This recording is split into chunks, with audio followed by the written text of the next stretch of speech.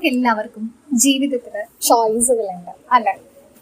നമ്മുടെ ചോയ്സ് ആണ് ഇന്നത്തെ നമ്മുടെ ജീവിതം എന്ന് പറഞ്ഞു കഴിഞ്ഞാൽ നമുക്കത് ഒരിക്കലും തള്ളിക്കളയാനായിട്ട് പറ്റില്ല അല്ലെ? സന്തോഷിച്ച് നല്ലപോലെ എൻജോയ് ചെയ്ത് നടക്കണോ എന്നുള്ളത് നമ്മുടെ ചോയ്സാണ്. അതിനെ അതേ കാരണത്തിൽ തന്നെ ദുഃഖത്തോടെ കാണണോ എന്നുള്ളതും നമ്മുടെ ചോയ്സാണ് അല്ലെ? സോ നിങ്ങളുടെ ചോയ്സ് എന്താണ്? നിങ്ങൾ എപ്പോഴും വിഷമങ്ങളും പരാതികളും കുറ്റങ്ങളും എല്ലാം പറഞ്ഞ് ഇങ്ങനെ അങ്ങോട്ട് ജീവിതം പോയാൽ മതി എന്നാണോ? ഉള്ള കാര്യങ്ങൾ കണ്ടെത്തി അതിൽ സന്തോഷിച്ച് അല്ലെ, നമ്മൾ പരിധിയില്ലാത്ത സന്തോഷം അനുഭവിച്ച് നന്ദി പറഞ്ഞുകൊണ്ട് ആ ഒരു വൈബ്രേഷനാണോ നിങ്ങളുടെ ചോയ്സ് എന്ന് പറയുന്നത്?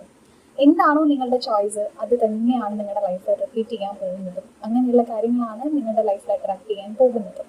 സോ നിങ്ങൾ ചൂസ് ചെയ്യുന്നത് സങ്കടപ്പെട്ട് കുറ്റം പറഞ്ഞിട്ടുള്ള ആ ഒരു വൈബ്രേഷൻ ആണോ, അതോ ഹാപ്പി ആയി എനർജറ്റിക് ആയിട്ട് സക്സസ്ഫുൾ ആയിട്ട് നിൽക്കുന്ന ഗ്രോത്തും ഓപ്പർച്യൂണിറ്റീസും കാര്യങ്ങളൊക്കെ ആണോ നിങ്ങളുടെ ചോയ്സ് എന്ന് പറയുന്നത്? നിങ്ങളുടെ ചോയ്സിന് നിങ്ങൾക്ക് എങ്ങനെയാണ് തീരുമാനിക്കാൻ പറ്റും? അതും നിങ്ങളുടെ ചിന്തകളിലൂടെ.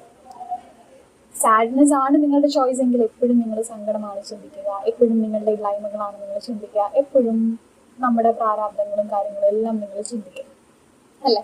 പക്ഷേ സന്തോഷമാണ് നിങ്ങളുടെ ചോയ്സ് എങ്കിൽ നിങ്ങൾക്ക് എവിടെ നോക്കിയാലും ഓപ്പർച്യൂണിറ്റീസ് ആണ് കാണാൻ പറ്റുക, നിങ്ങൾക്ക് എവിടെ നോക്കിയാലും സന്തോഷിക്കാനുള്ള കാര്യങ്ങളാണ് കാണാൻ പറ്റുക. നിങ്ങൾ നിങ്ങളുടെ ഇതിൽ മാത്രമല്ല മറ്റുള്ളവരുടെ ഇതിലും ഹാപ്പി ആവും. അതാണ് നിങ്ങൾ ചോയ്സ്, നിങ്ങൾ ചൂസ് ചെയ്തിരിക്കുന്നത് അല്ലേ? So what you choose is important because it decides your